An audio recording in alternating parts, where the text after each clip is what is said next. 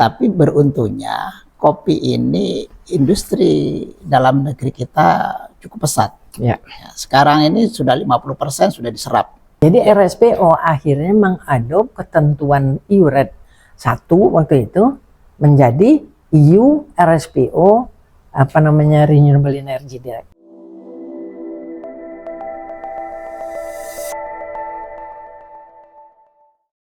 Jadi Pak, seperti tadi menyambung yang kita bicarakan tadi, bahwa semua memang tanaman hutan ya. Iya. Termasuk kakao, semualah tanaman hutan. Kita sekarang menghutankan. Kenapa tidak boleh menghutankan? Tapi definisi dia kan hutan itu. Hutan itu Pak, tinggi 5 meter, kanopi 10%. Itu dia susahnya kita sendiri. Jadi diversifikasi tanamannya memang harus. Saya tertarik ya di luar kakao. Kami juga mensertifikasi namanya bird friendly coffee. Bird friendly coffee itu justru kopi ditanam dengan sistem agrosis seperti di hutan, dan minimal itu ada 12 tanaman yang berbeda. Ya, memang walaupun bukan penelitian kita, bukan penelitian Indonesia, di Amerika Latin itu sudah diteliti, kopi yang seperti itu memang produktivitasnya hanya 60%, karena kan perlindungannya tanaman penaunya terlalu lebat ya. Tapi itu ada sistem seperti itu. Nah, apakah nanti kopi-kopi yang seperti itu, ya kembali lagi ya, diplomasi dan negosiasinya ini yang sangat penting. Cuman sekarang ya, kalau kopi-kopi yang seperti itu, kalau UDR ini kan segregasi Pak ya. Ya. Segregasi dari tingkat kebun sampai ke tingkat value chain ya. Nah, ini yang hampir sama sawit. Dulu saya berdebat hebat sama orang Eropa, saya bilang, sawit ditanam di tengah sungai, ditanam di pinggir laut, ditanam di mana, keluarnya itu juga minyak yang berubah. Jadi bagaimana mau mensegregasinya karena sama. Ya, kamu harus misahkan dari pertama, dia bilang. Ya saya ngerti, tapi itu kan menambah pekerjaan. Menambah pekerjaan. Means you are actually giving us heavy burden on palm oil not because palm oil is strong, because you do not like palm oil. Kita dulu, saya pernah bersama Kementan ya, sudah mencoba mengawali, ya kira-kira saya masih di Jember ya, mungkin 6-7 tahun yang lalu atau lebih ya, kita sudah mengawali mau membangun sistem traceability dari petani sampai dengan akhir gitu ya. Kita dulu rame-rame kan membuat ada ISPO, kemudian kita menurunkan untuk kopi dibuat Coffee, Coco begitu ya. Kita sudah bangun kan. Sebetulnya dengan ISPO itu, dengan sistem seperti ISPO ini kan sebenarnya bisa traceable ini ya. Dan memang kalau seperti kata Ibu tadi, susah deh mensegregasi fisikal, tapi kan ada segregasi klaim. Ya, bisa. Kalau Anda punya yang sustainable 50, keluarnya ya 50, ya kan, punya 50, keluar 150 kan sebetulnya. Ya, tapi itu pun belum diakui kan, kita belum tahu apakah sistem seperti itu akan diakui. Sebetulnya Pak, kalau di RSPO itu sudah dilakukan. Jadi kalau kebun kita misalnya kebun kita 10 hektar. 10 hektar ya. Kemudian sekali panen umpamanya 500 ton gitu ya. Nah, ini kita segera kita pisahkan ya Pak ya. Kemudian kita kasih tanda bahwa ini yang yang dari kebun. Tapi kan dia juga beli dari rakyat. Nah, yang rakyat ini dipisahkan, kemudian dihitung berapa greenhouse gas emission yang dikeluarkan oleh rakyat dan berapa yang dikeluarkan oleh ini. Makin besar savingnya, makin besar Pak, harga preminya. Nah, itu disebut mass balance ya Pak ya. Ya, mass balance. Ya, mass balance. Tetapi UDR URED 2 tidak mengakui adanya mass balance. Jadi dia harus satu. Kalau ini ngakui nggak? Murni segregasi ya, tidak mass balance, murni segregasi. Tetapi dalam satu kawasan, dalam satu area lah, area perkopian begitu, katakanlah setelah dilakukan verifikasi 50 yang 50%, yang ini kemudian 50% ini dijual, tapi di sebelahnya yang sebelahnya itu tidak, apakah EUDR ini masih menerima nggak untuk produk yang seperti itu? Dia nggak bisa, mixnya dia nggak bisa. Nggak, saya tidak melihat dia membuka mass balance. Enggak melihat. Ini yang Ya, dia lihatnya itu kalau menurut saya mereka itu malahan menerapkan IP, Pak. IP itu kan lebih ketat dari mass balance. Jadi tidak bisa membeli juga dari perusahaan lain, nggak bisa. Jadi ID-nya itu cuma itu. Cuman itu ya. Cuman ini yang sebetulnya menyusahkan kita. Cuman kan sebetulnya Pak, kopi dimanapun di dunia ini kan tidak satu murni kopi Indonesia saja gitu ya. Pasti mix. Nah, kopi dari mana sehingga si Starbucks itu punya rasa khusus dengan campuran dia itu kan ya. Seperti coklat Cadbury ya, kebetulan saya kan tinggal di Inggris lama itu. Anak saya sekolahnya di dekat pabrik Cadbury karena rumah kita dekat Cadbury. Pagi-pagi itu wanginya bukan main.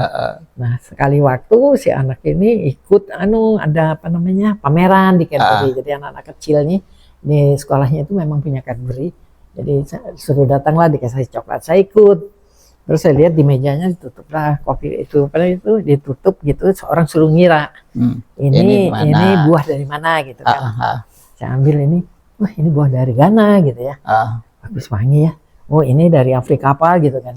Terus yang tengah yang tengah saya ambil buka, ini dari Indonesia. Nah itu yang paling gak enak. Tapi kami perlu untuk dia bilang untuk mixture-nya ya. Dan untuk menetralkan yang lain gitu kan, umpamanya harga yang satu ini rasanya berlebihan, maka dia perlu supaya rasanya itu agak sebanding satu sama lain gitu. Jadi saya berpikir apakah kalau kopi dan kakao ini terkena EUDR, apakah tidak mempengaruhi rasa-rasa si yang kayak Starbucks dan lain-lain itu? Berpengaruh ya. Jadi kekuatan dari Starbucks lah katanya, ataupun Illy dan lain sebagainya itu adalah kekuatan. Memang sekarang ada dua model, satu single origin, satu mix. Tapi yang populer itu yang mix. Makanya kalau kita Natal misalkan ada edisi khusus rasa dedicated untuk hari Natal dan lain sebagainya, itu biasanya mix seperti itu ya. Nah yang single origin ini biasanya dari kopi-kopi misalkan Blue Mountain dari Kenya, terus dari Indonesia dari Java Coffee, tapi kan jumlahnya sedikit. Ini kelemahan, jumlahnya sedikit itu walaupun mahal, tetapi kelemahan bagian ini once ini ada masalah, ada frost lah atau ada serangan hama, penyakit, atau kekeringan, ini kan tidak sustain. Nah, sehingga mix itu tetap tidak akan pernah hilang dari menunya pabrikan-pabrikan. Ya, oleh karena itu, kalau ini nanti misalkan, memang mereka sudah ada ekuivalensi ya. Misalkan kopi dari tempat ibu. Atau kopi dari Mandailing gitu. Mandailing ini setaranya misalkan dengan kopi dari daerah Sao Paulo. Ini mereka sudah punya. Ini kurang, ini nambah. Mereka sudah mixes sudah seperti itu. Tetapi tetap itu akan mempengaruhi rasa itu. Oleh karena itu sebetulnya sama-sama berkepentingan.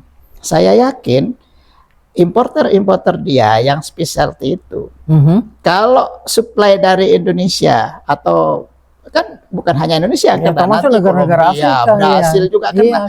Ini akan kelimpungan juga dalam hal mempertahankan. Saya ambil contoh juga ini, ada kasus Ibu ingat Kuitat Chocolate Company dari Amerika, ya itu dulu formula utamanya campuran memang itu adalah Java Coco. Dari tempat saya, dari Jawa Timur begitu ya. Kan memang di Jember sana kan memang ada di perkebunan ya. Itu. Kemudian ada policy PTPN ini terus menurun, bahkan sekarang sudah dapat dikatakan 0 begitu ya kakunya. Pada sekitar tahun 90-an sekitar itu, Java Coco sudah mulai menghilang. Cucu pendirinya itu datang kayak memohon-mohon lah kepada karena kami lembaga penelitian agar jangan sampai PTP 12 saat itu ya, sekarang jadi PTP berapa lah itulah.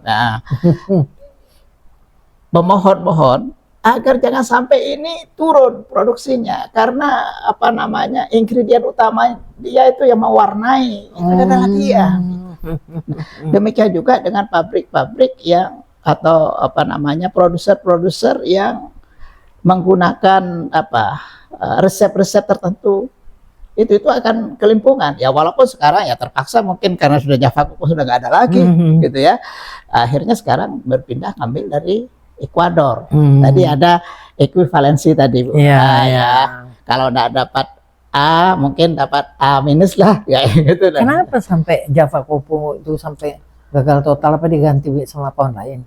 Jadi saya kan orang PTP ya, saya berbicara tentang Java Kuku. Sebetulnya Java Kuku itu seperti Arabica.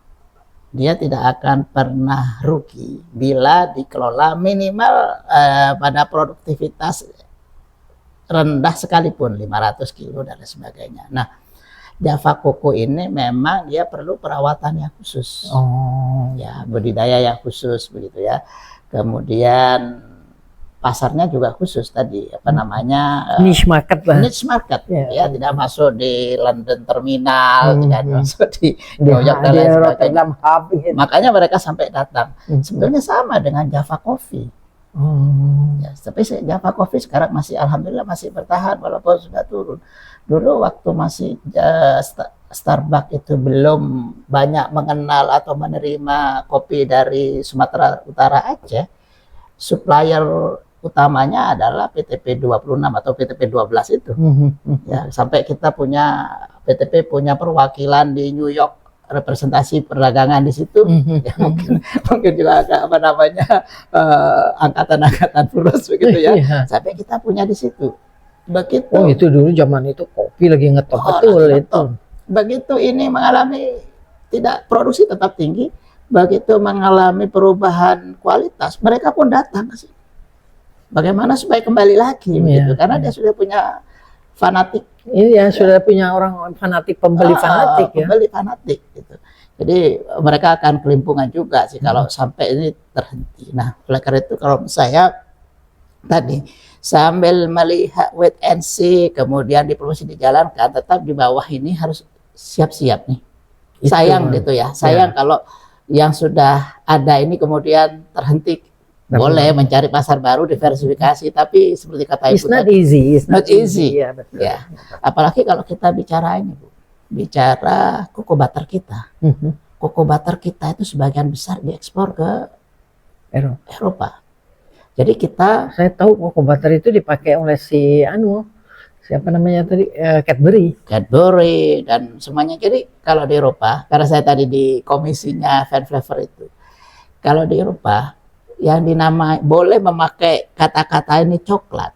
Kalau non coklatnya, lemak nabatinya, lemak sawit lah apa, itu apa namanya tidak lebih dari 10%. Nah, sekarang turun jadi 5%. Jadi kalau ada dua nih, nanti saya cerita ya lucu-lucu gitu ya.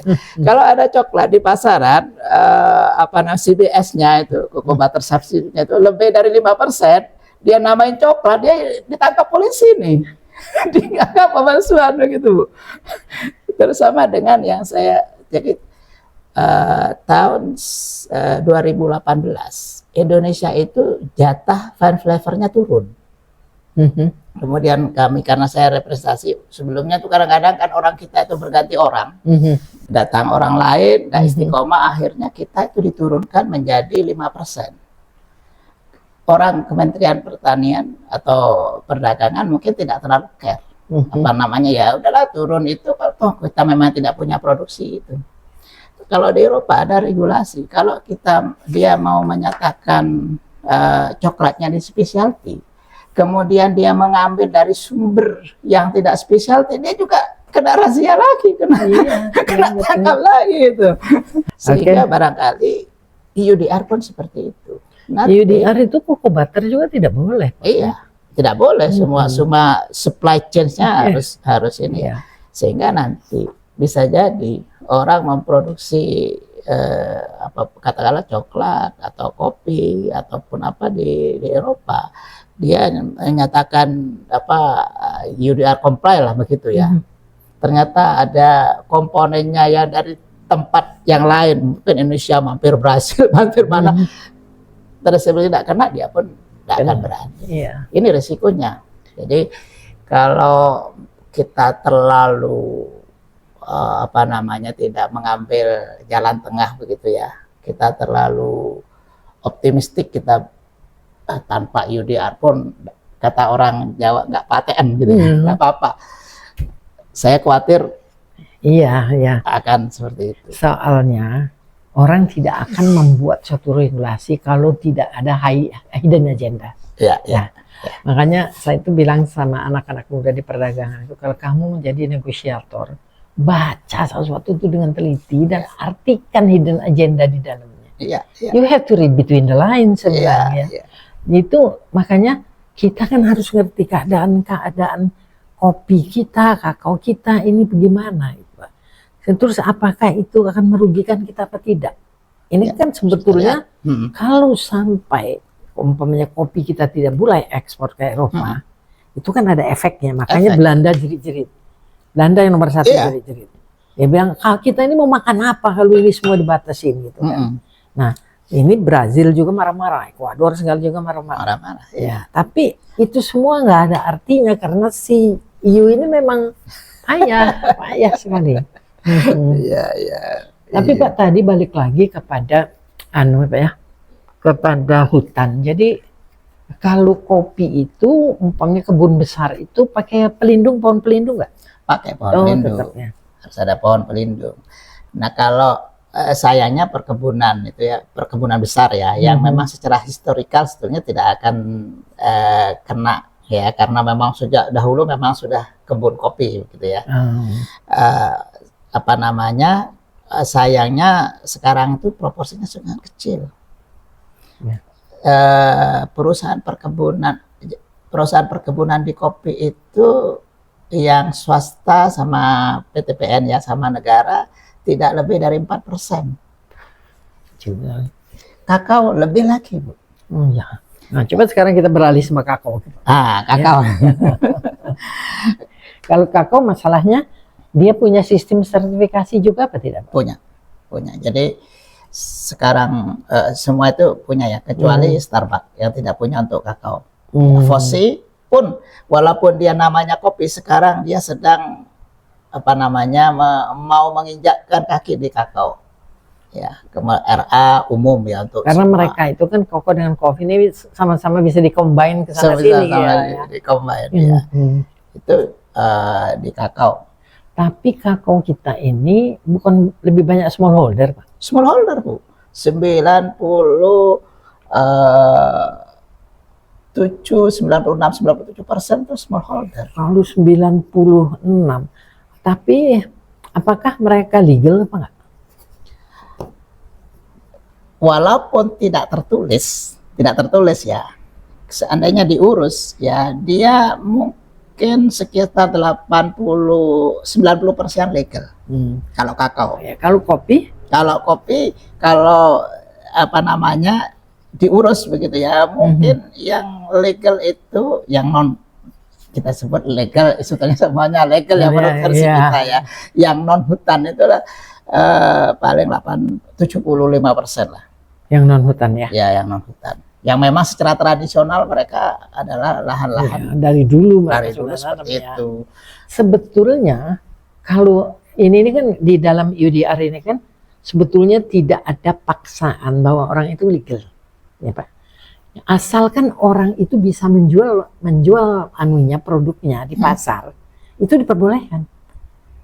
Jadi sekarang saya lagi cari undang-undang bahwa petani itu tidak perlu menjual itu memiliki siup.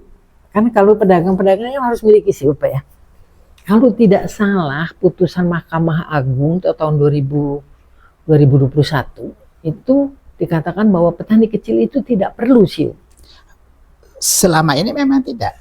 Nah, itulah. Tapi coba saya belum baca peraturannya. Tapi coba Bapak cari deh. Saya katanya nyari itu, saya cuma dapatnya putusan Mahkamah Agung itu. Memang selama ini secara praktis juga kalau petani tidak. Iya, semua pedagang-pedagang di pasar itu kan nggak ada yang punya siup. Iya. Nah, menurut UDR, karena ini kan UDR ini kan susah ngertinya, Pak ya. Jadi saya baca penjelasan keluarin Eropa, penjelasan dikeluarin Harvard, Cornell segala macam itu. Nah di penjelasan Eropa itu mengatakan kalau si petani ini boleh menjual di pasar secara terbuka, berarti dia tidak perlu legal, tidak perlu punya sertifikat tanah. Cuman walaupun maksudnya dijual di dalam negeri. Iya, asal dia boleh menjual di dalam. Hanya definisinya yang mereka masih sembunyiin, Pak ya. Kalau biodiesel kan less than 2 hektar, Pak ya. Kalau mereka ini orang-orang bilang less than 4, enggak. Itu untuk identifikasi yang iya. 4 hektar itu kalau iya. saya. Kalau EU direktif yang 234 yang 2015 kalau nggak salah keluarnya, itu mengatakan yang dinamakan smallholder modal berjalannya ya, itu 40.000 euro. 40.000 euro. Nah, kalau yang medium itu 60.000 euro. How can you get 40,000 euro? 40.000 euro kali 17.000. Oh, itu bukan kecil aja kalau di Indonesia kan? Untuk Indonesia. Ya, jadi kita menyebutnya jadi very small holder. Makanya di kita ada kecil dan mikro.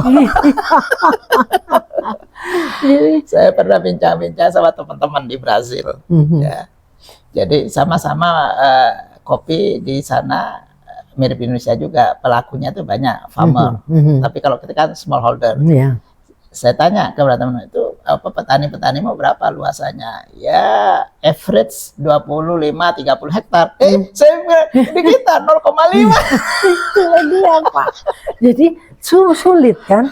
Jadi waktu tim yang JTF itu kan, dia kan nggak mengerti baca EU direktif itu. Dia bilang, Bu, bilangnya boleh 4 hektar. Kalau bicara dengan EU, karena dia based on regulation, you have to find what regulation it is. Ya. Di situ ditulis 2015 234, itu kalau nggak salah 2015, tapi nomornya 324. Di situ katakan bahwa yang namanya smallholder itu dia, saya bilang 40.000 euro. Belum lagi balance-nya, Pak. Belum lagi balance sheet-nya berapa gitu kan. Nah, itu bukan luas. Ya, kalau dia kapitalnya ya. Iya, kapitalnya. Kalau Starbucks itu luas. Dikatakan small itu kalau kurang dari 5. Kemudian 5 sampai 15 itu medium, di atasnya dianggap besar. Sebetulnya undang-undang perkebunan kita kan kalau smallholder itu kan 25 hektar paling besar ya. Tapi tidak dijelaskan kalau lebih kecil dari sekian perlu tidak sertifikasi gitu kan, Pak. Perlu sertifikat atau tidak gitu. Nah, ini kan sebetulnya kalau kita lihat kakao itu, Pak ya. Ya kalau saya lihat di Lombok itu kan rata-rata ditanam di halaman rumah kan. Iya, pekarangan. Nah, itu terus dikategorikan sebagai apa? Kalau saya ini at the end dari regulasi ini ya, baik menghadapi EU ataupun mungkin nanti dengan regulasi di Amerika. Nah, biasanya nanti Jepang akan ikut-ikut itu. Biasanya regulasi yang lain seperti itu. Kalau regulasi Jepang itu akan ikut-ikut. Tapi kalau penentuan batas maksimal MRL, Jepang diikuti. Gitu kan? Kalau Jepang sekian, EU dia bilang ikut itu seperti itu ya. Nah, menurut saya walaupun ini harus dikerjakan dengan berhati-hati ya, supaya tidak merugikan petani kita. Terutama, memang database petani ini harus sudah disusun. Memang saya dengarlah Kementan terutama bekerja sama dengan Kemenko kalau tidak keliru itu sedang membangun sistem itu. Tapi harus segera gitu. Dan hanya di ini. Tapi Pak, itu yang kelemahannya ya. Makanya saya cari bisa nggak orang itu tidak harus terdaftar gitu, Pak ya. Jadi yang dia membentuk dashboard itu. Saya lihat itu basisnya kan STDB, Pak ya. STDB itu bukan legal Pak. Bukan legal document. Itu hanya kewajiban mereka mendaftar supaya tahu siapa yang legal, siapa yang tidak. Ya. Dulu saya berdebat ramai itu dengan kepala Kanwil. Saya bilang kenapa Kanwil Jambi, Kanwil Riau, Kanwil Medan segala macam tidak mau mendaftarkan petani kalau dia tidak punya sertifikat. Dia bilang karena kalau kami daftarkan nanti mereka merasa diakui. Ya. Kalau saya untuk kepentingan yang berbeda, ya. Oke lah STDP ataupun apapun namanya ya, yang penting database itu ada. Supaya kan ini kan nanti basisnya seperti kata Ibu, ini untuk EU terutama ya. Untuk EU ini kan mereka basisnya bukan lagi dokumen ini legal atau tidak, tapi ini ada di kawasan hutan atau tidak. Tapi legality tetap ada Pak. Ya. Dalam due diligence legality tetap ada. Sehingga kalau kita punya database itu, kita bisa memetakan nih. Ya.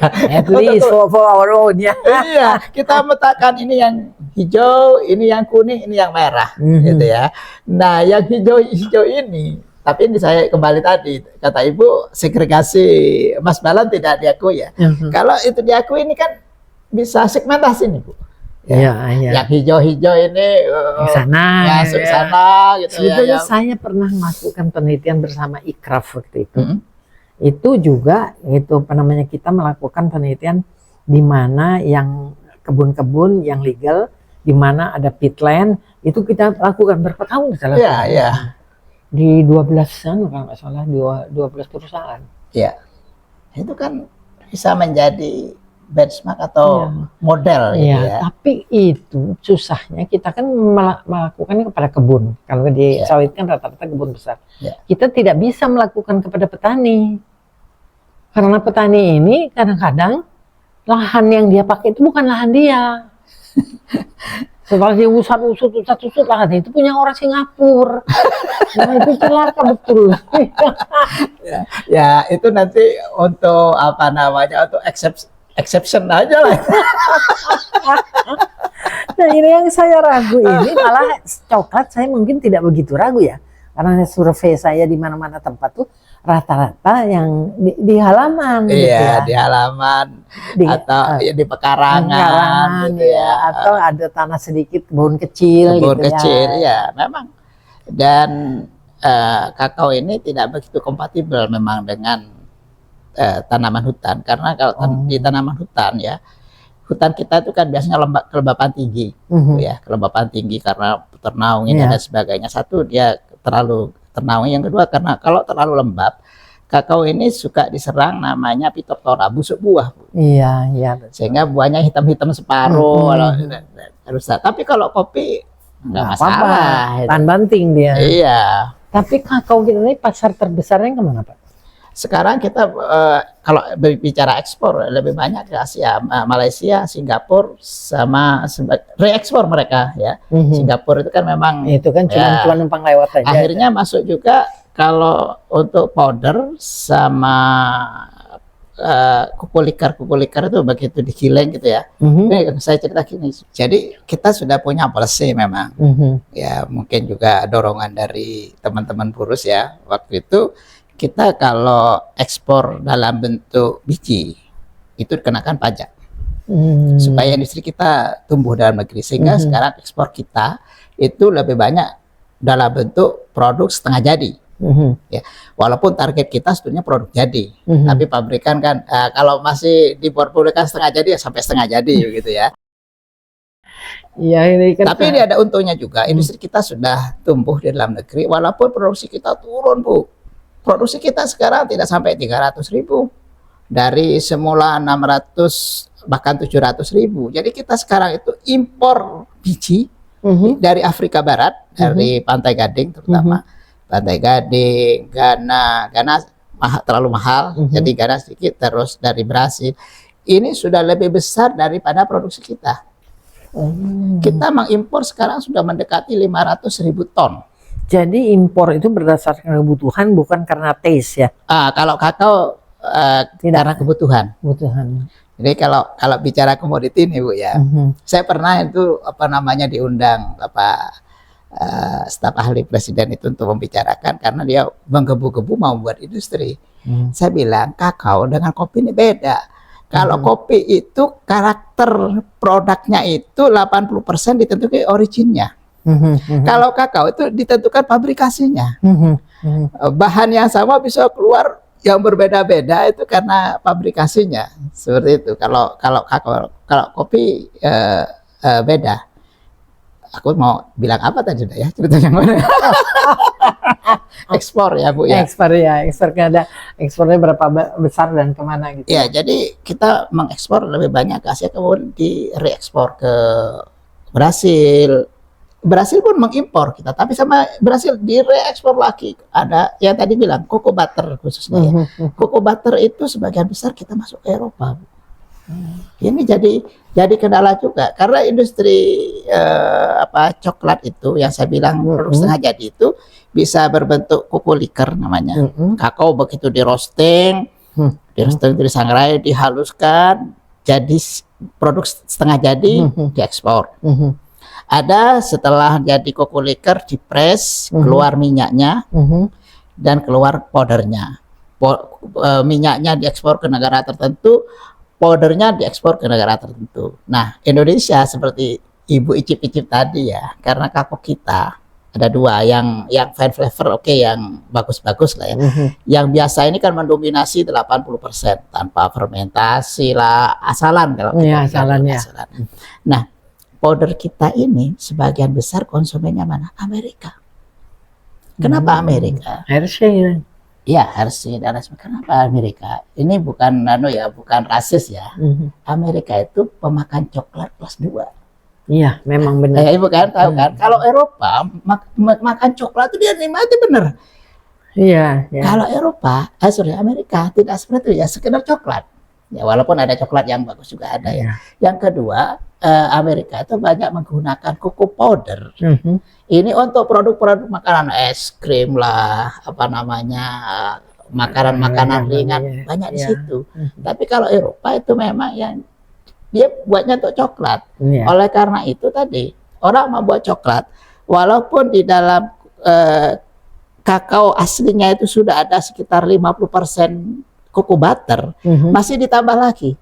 Jadi kalau kita tidak mengekspor cocoa butter kalau begitu. Mengekspor cocoa butter.